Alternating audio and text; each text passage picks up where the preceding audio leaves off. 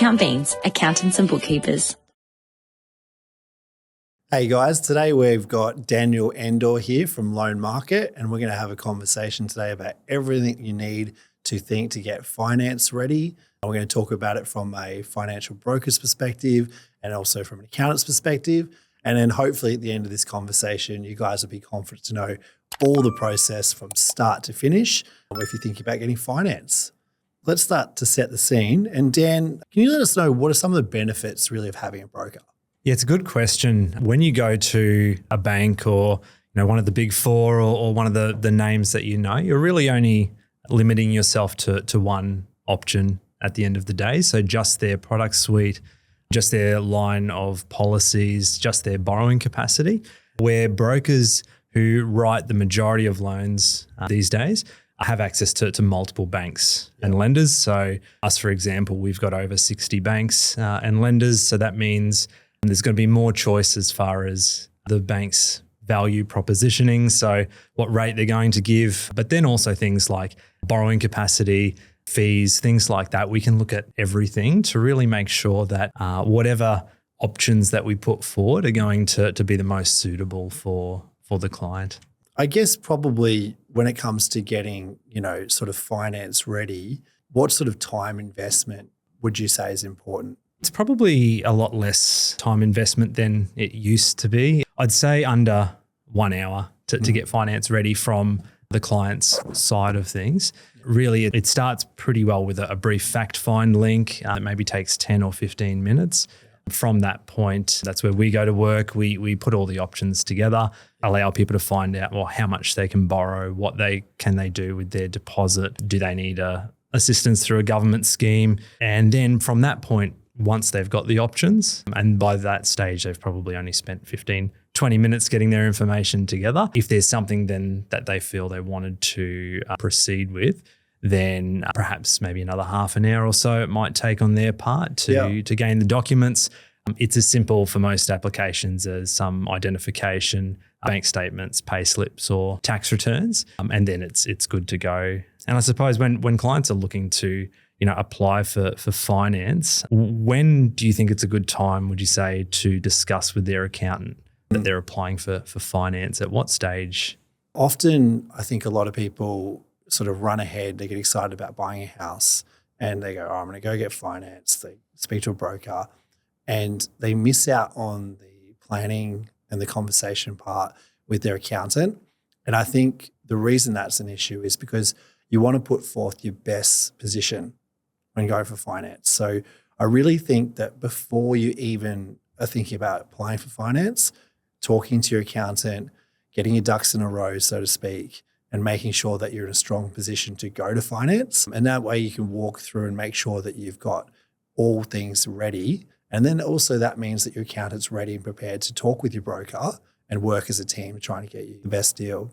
It always works so much better in those sorts of situations when everyone's connected. The amount of times where we get so far through the finance stage and then the client realizes that, hey, perhaps I should have purchased this property in a trust or a different structure completely. So that makes a lot of sense. Really is. It's all about getting the numbers right at this point. So I guess my question to you, Dan, would be, how do banks generally work out someone's borrowing capacity? So how much they can borrow?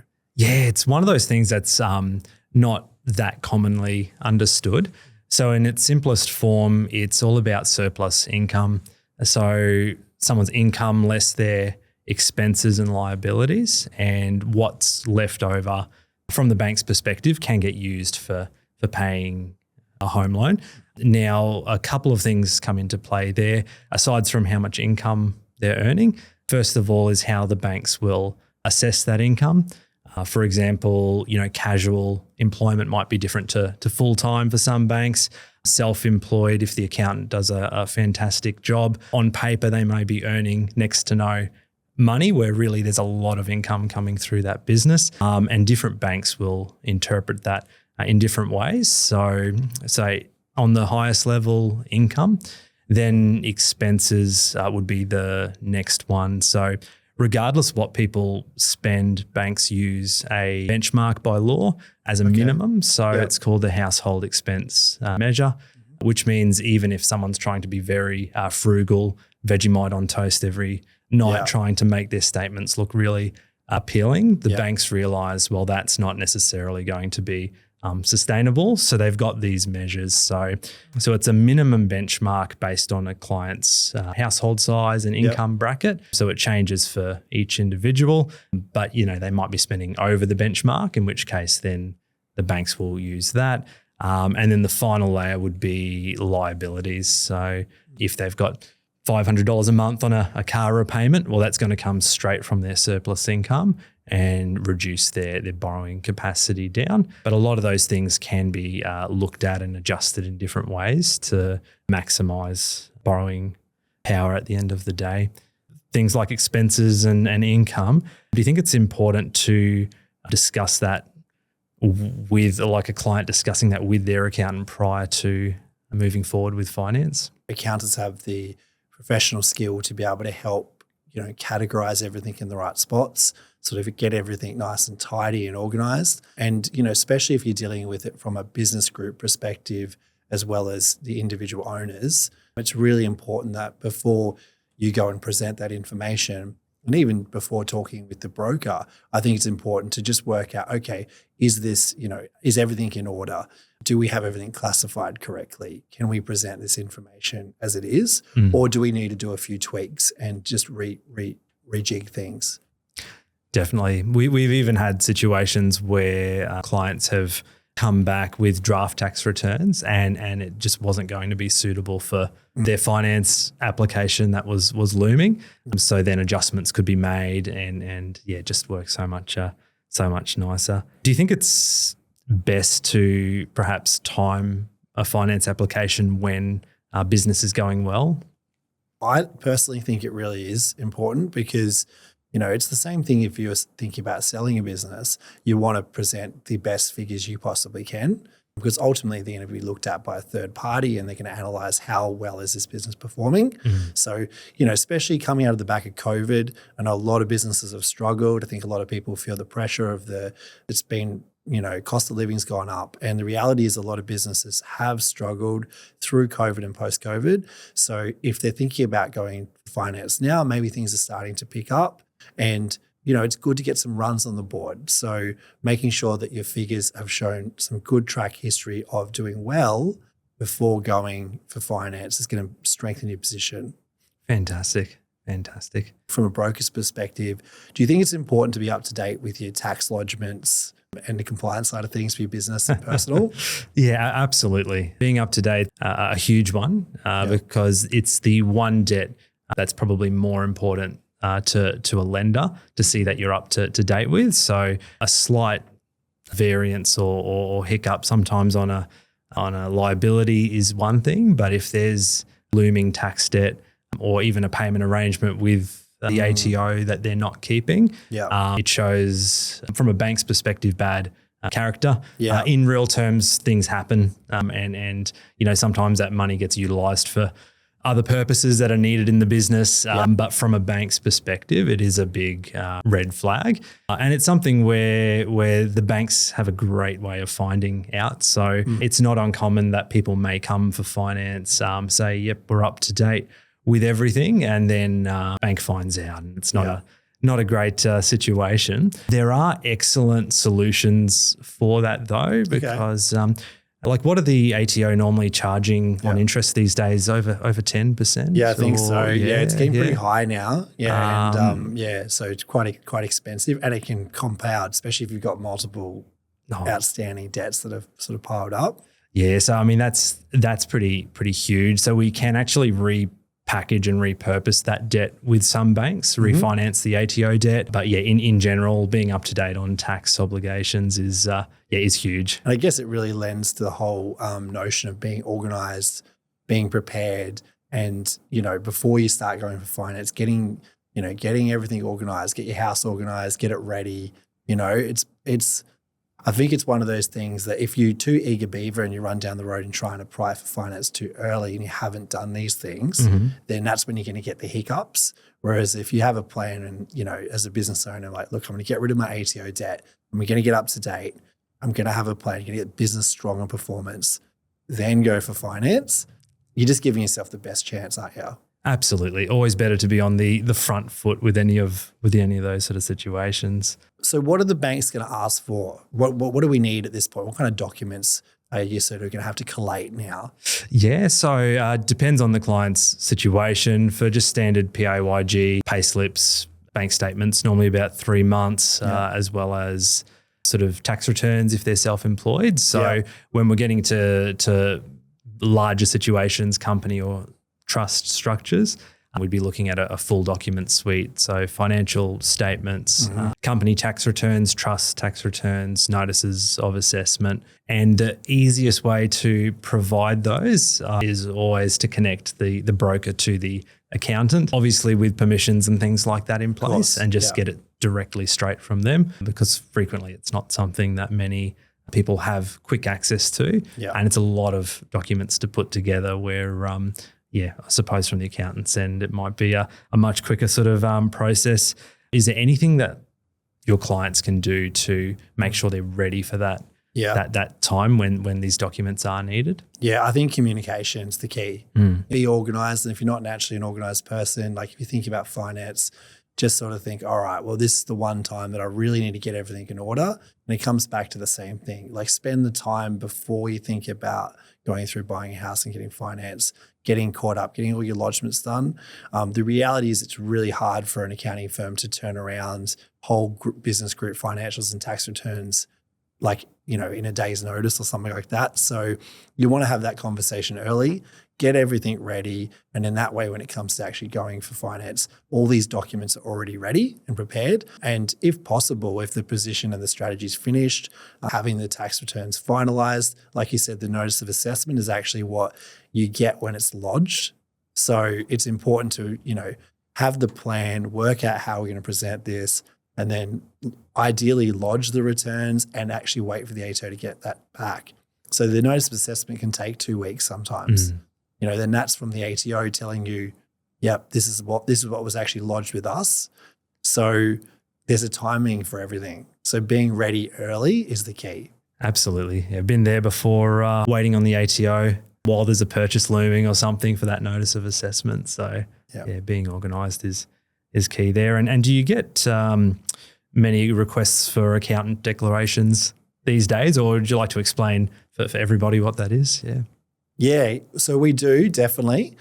And it's really important that you've actually got a relationship with your accountant before you can get one of these as well. So again, just shows where it's really important to have an accountant that you're speaking to regularly, that you do have a relationship with, that knows your business, because essentially an accountant's declaration is us as the accounting firm signing off on certain things. So for example, the banks might want to confirm how long this person's been a client of yours as an accountant, how much their income is, confirming their work in the business, what their role is.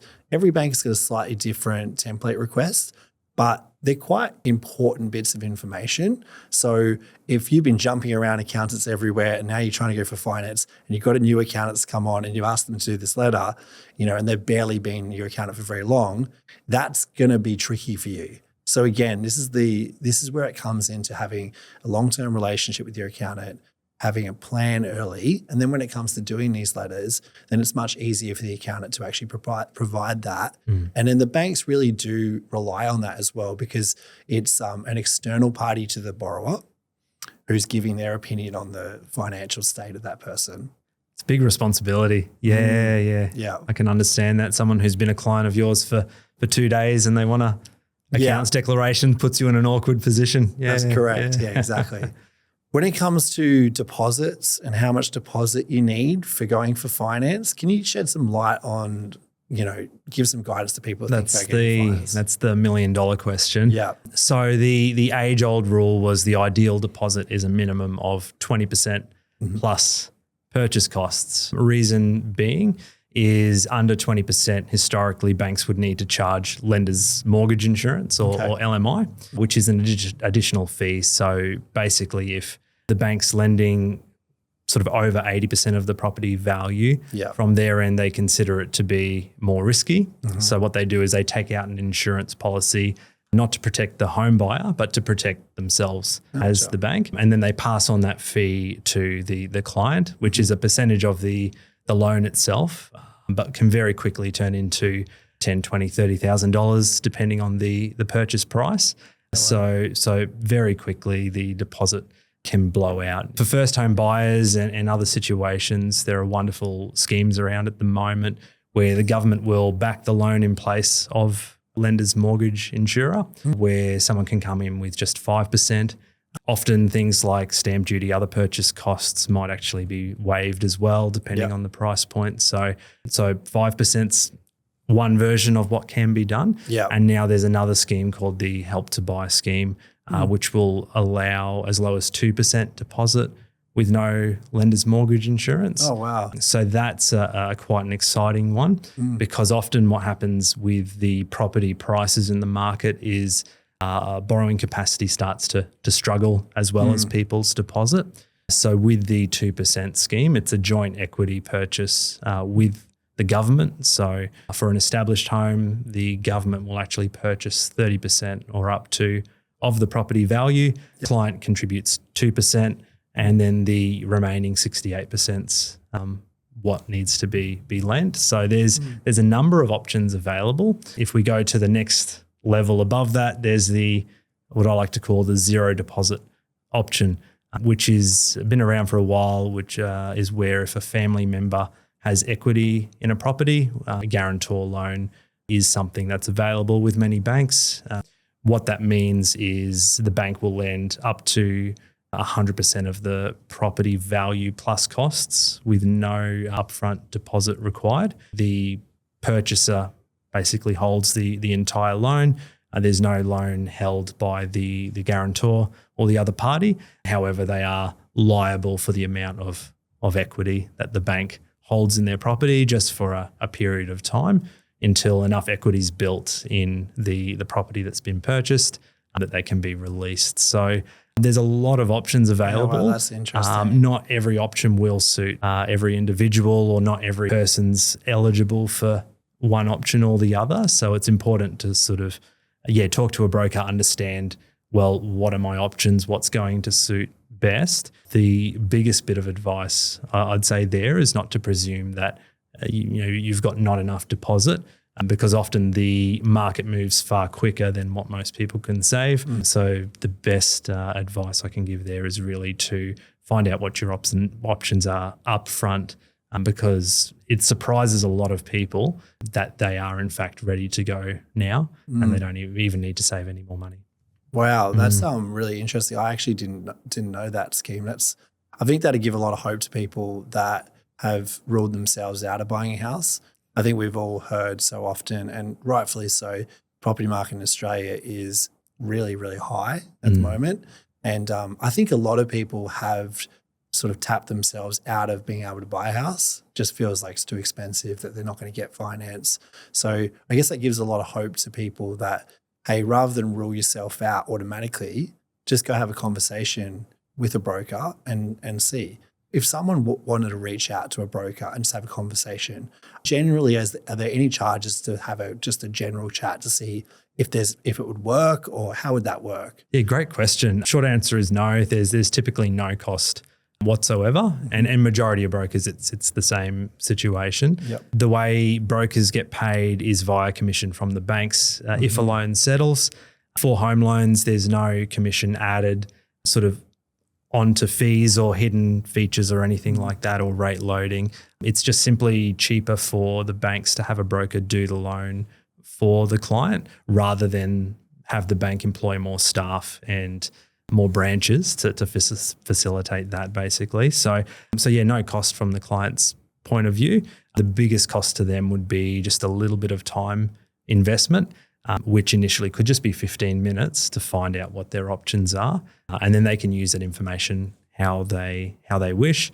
And it's not uncommon that we have many interactions with clients, appointments up front. They decide it's not the right time or they're not ready. And then we work with them for a number of months, even years, until the point where they are ready. So there's never any shame in coming and finding out that, okay, well, that their goals aren't quite achievable just yet, but we can put some plans in place to help them get there. I guess the other sort of question I would have around this as well is like, I think there's a bit of a confusion between, we hear these words like a redraw facility and an offset. Can you give some context of what the differences are? What are these, when we're thinking about getting finance? Yeah, good question. So basically, they're both opportunities to save interest and features of a loan product. Yep. So most variable rate products will come with a redraw facility.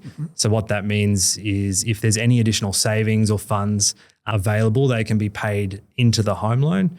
The home loan balance then reduces, and the bank only charges interest on what the balance outstanding is. With a redraw facility, it means the client can pull those funds back out of the home loan. Sometimes it can be a little slower to do that, or there can be a few extra fees per transaction depending on the bank. So that's where the offset product comes in. Now, most times offsets come with additional fees, might be between $200 and $400 a year, as well as sometimes higher rates as well. And all it is the bank pretends like any money that's sitting in the offset account is in fact paid off the home loan when it's not. So they calculate the interest savings in the same way. But the benefit with the offset is you can have money sitting in that account much more accessible, more frequently. It can be a client's general transaction account, their salary account, their savings account. They can all be turned into offsets, and it just gives a much more flexible arrangement to use. There's probably no right or wrong answer which one's better. It just depends on the person's circumstance, whether the fees end up being worthwhile there. What is equity? When people talk about equity, what is it? And then also, how can equity be used? Yeah, so equity is basically the value that you've built up in the property, less any debt. So if someone has a property worth $1 million and they owe $500,000, they have $500,000 in equity. Now, there is a ceiling of what can be lent against the property. Normally, best practice would be not to lend above 80% of the property value. It can be done, but to avoid lenders' mortgage insurance and any other fees, that would be the normal rule of thumb. So say in that situation, there might be $300,000 of equity available where there's no extra fees, and that can get used for many things. It can get taken out in cash for renovations, vehicle purchases, investment property deposits, tax debt, many other situations. Obviously, there's risks with utilizing equity to buy other properties and, terms like being over-leveraged and stuff like that. So, is that something that you come across as well? Or, when people maybe try to, have too much leverage? I find there are definitely two types of thought process when it comes to lending money. There's those who have a very high tolerance to risk, and they will try and leverage as much as humanly possible. So whatever equity they have, they want to be using it to invest, to start a business, to do whatever they can. And then there's probably the other wiring that people have where it's more conservative, and rightly so too. There'll be the question, well, how much are my repayments going to be?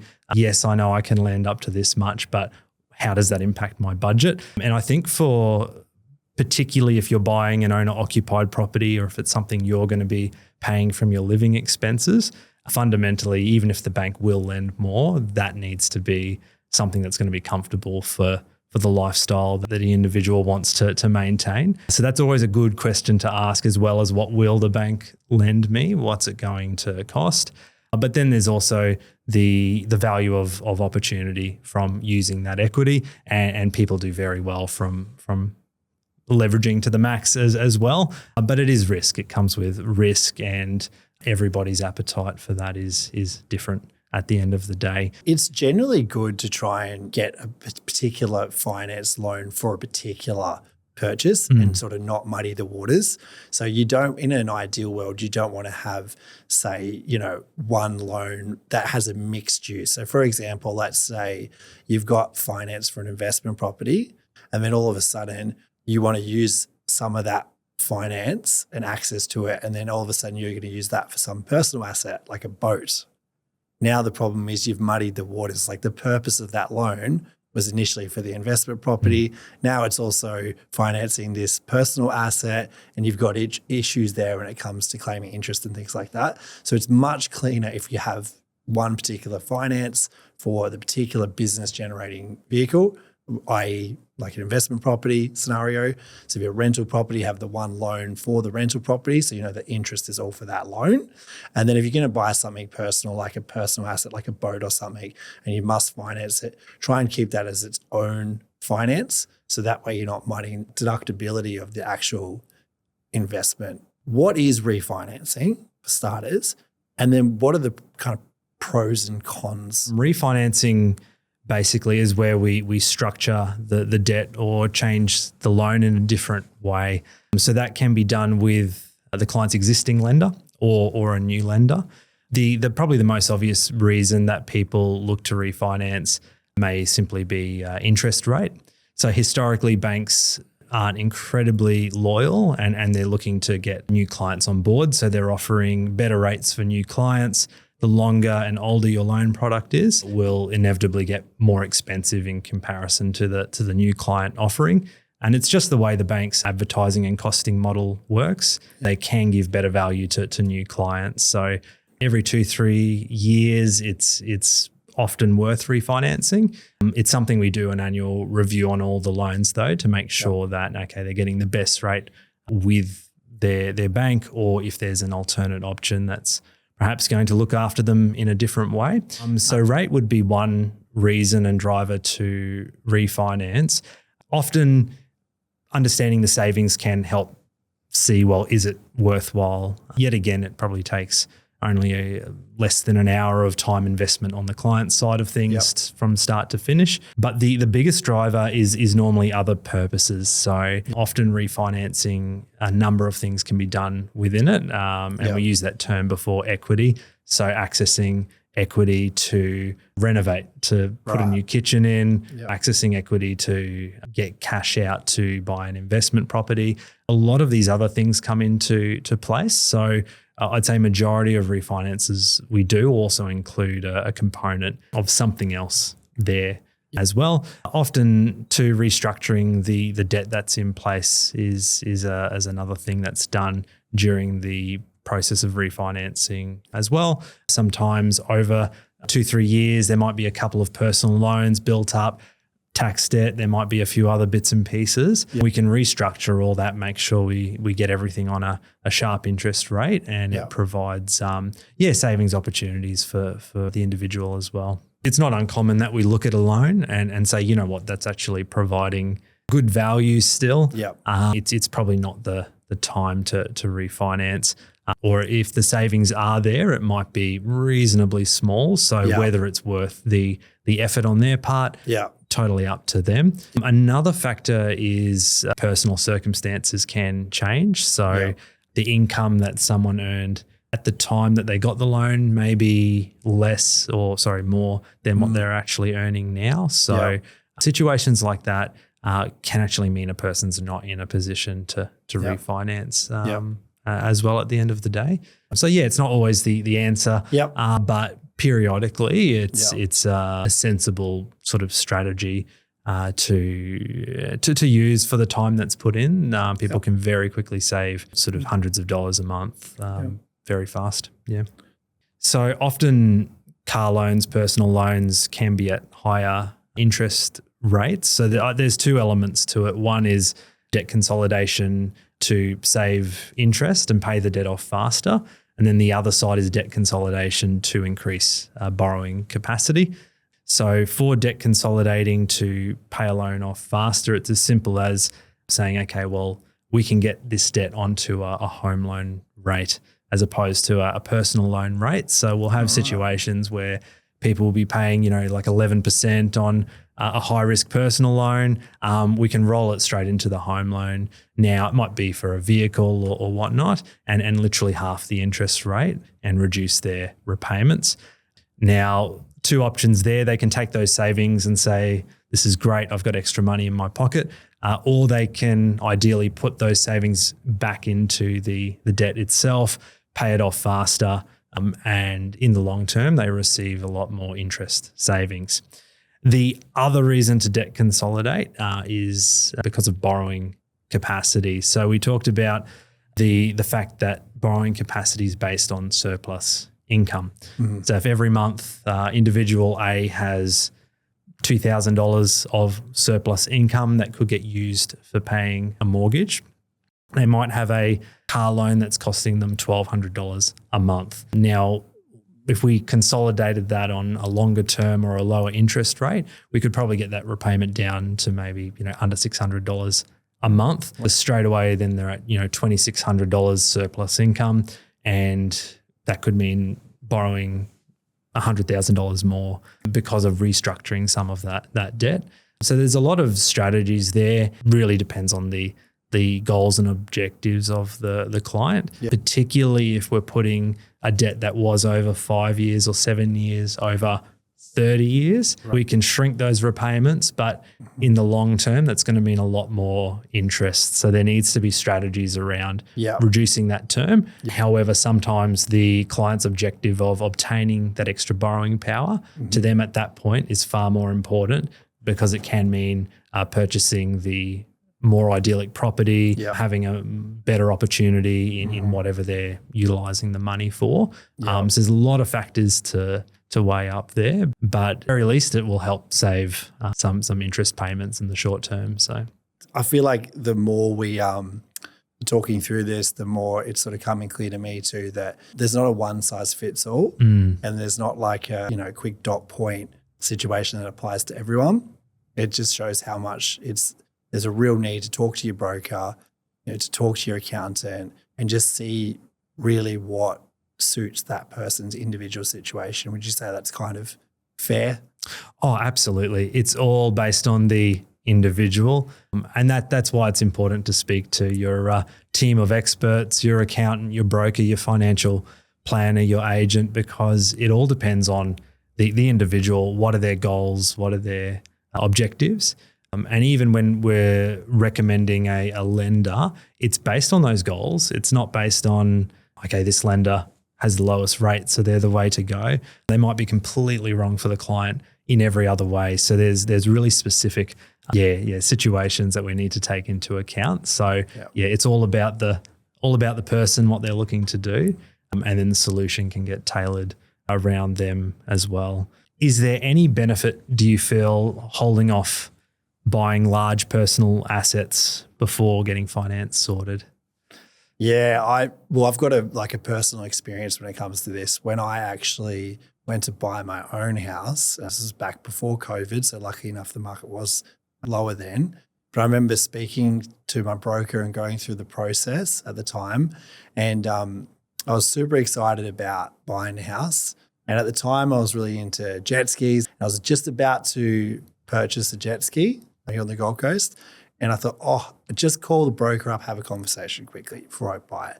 Lucky I did, because I was going to do it on a, short-term finance scenario. The broker was able to let me know that, hey, if you were to buy that jet ski, the repayment was like $100 a week or something.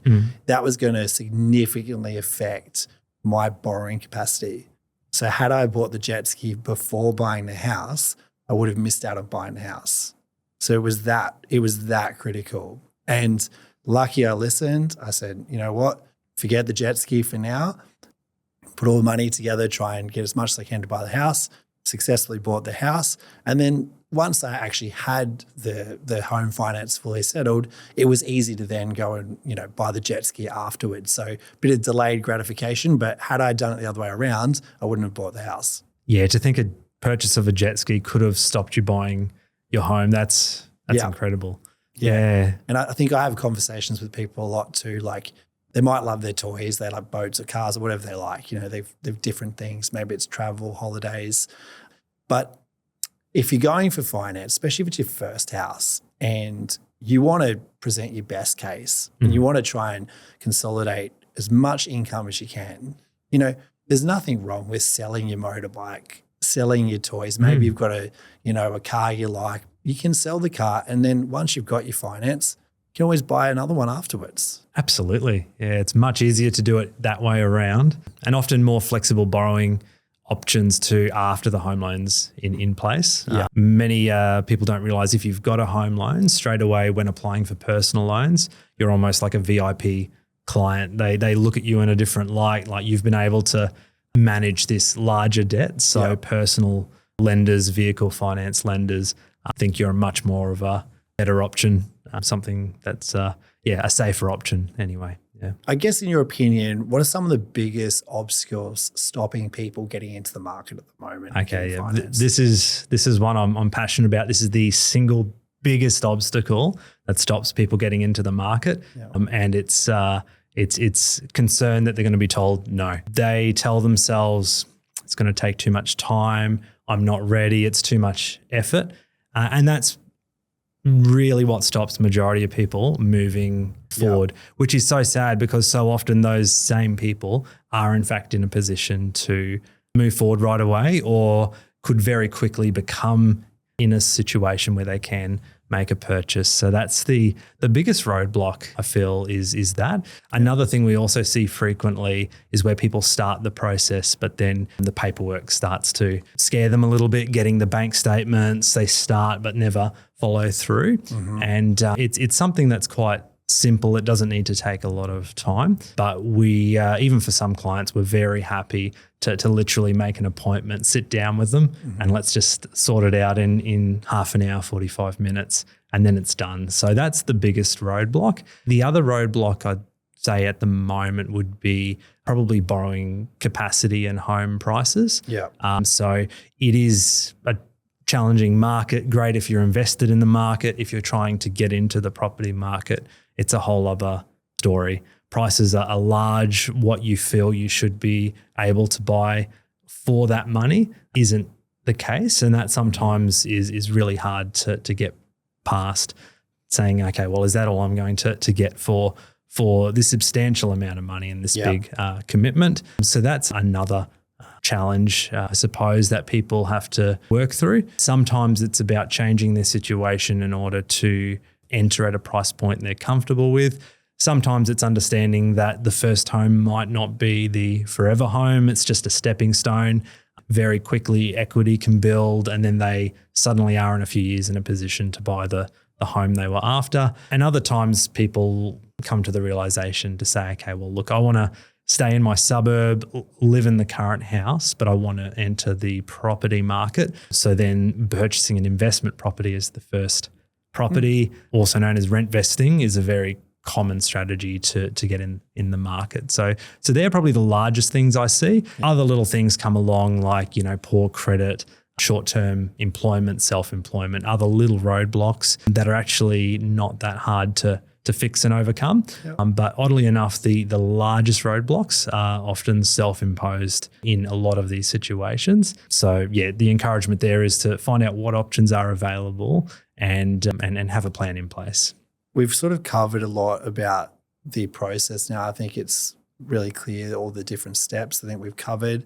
Probably, I think a wrap from me from the communication side of things is like a takeaway I thought was have a plan, speak to your broker, speak to your accountant. There's no issue in just having conversations and start the process to see what options you've got. Because at the end of the day, everyone's situation is individual, and then you can start the process to, see what you can do. Absolutely. And it doesn't always need to be challenging or difficult. You have the right people. I think you're surrounded by a good accountant, good broker, financial planner, and what's complicated and intimidating can seem really straightforward with the right people in your corner.